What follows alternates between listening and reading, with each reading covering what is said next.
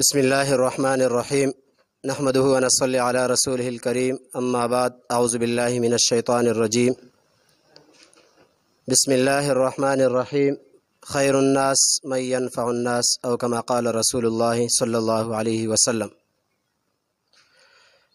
د ټولو نړومبې زه ستاسو د دې ټولو ملګرو او بیا د دې ټولو اکثر میلمانه چې کوم راغلي د هغو شکرګزار یم. او بیا چې کوم دا میټینګ دی یا دلته زموږ ستاسو دا راغونډه ده په کوم مقصد ده، دا یو عظیم مقصد دی. الله رب العالمین دې مخې ته په دې کې کامیابي را نصیب کړي. د هغې نه بعد دویم نمبر خبره دا ده چې کله هم داسې یو میټینګ وي یا یو اجلاس وي یا یو جلسه وي، د هغې دپاره د یو مشر ضرورت وي. انشاءالله زه د خپلې علاقې یو نوجوان عالم الدین حضرت مولانا قاری محمد علي د ننني میټینګ صدر چې دی هغه ټاکم. انشاءالله تاسو ټول په دې کې زموږ سره شریکي اتفاق باندې. د هغې نه بعد بیا د دې خپل تنظیم د دې میټینګ شروعات چې دی هغه کو. خو کم یو کار چې د قرآن کریم په تلاوت سره وشي په هغې کې برکت وي. د تلاوت د کلام پاک دپاره زه قاری محمد اعظم چې دی هغه راغواړم چې هغوی راشي او کلام پاک تلاوت وفرمایي.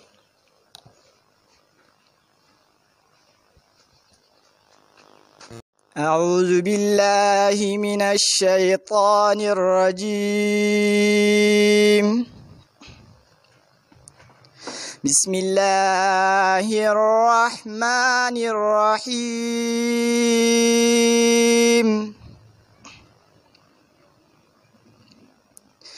وننزل من القرآن ما هو شفاء ورحمة للمؤمنين ولا يزيد الظالمين إلا خسارا. وإذا أنعمنا على الإنسان أعرض ونأى بجانبه وإذا مسه الشر كان يئوسا.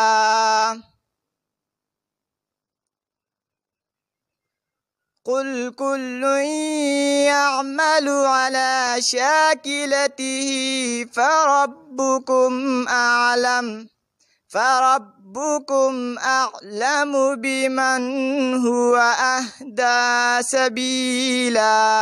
صدق الله العظيم. إنك حميد مجيد. اللهم بارك على محمد وعلى آل محمد كما باركت على إبراهيم وعلى آل إبراهيم إنك حميد مجيد. اللهم ربنا آتنا في الدنيا حسنة وفي الآخرة حسنة وقنا عذاب النار وقنا عذاب القبر وقنا عذاب الحشر وقنا عذاب القرض وقنا عذاب الميزان.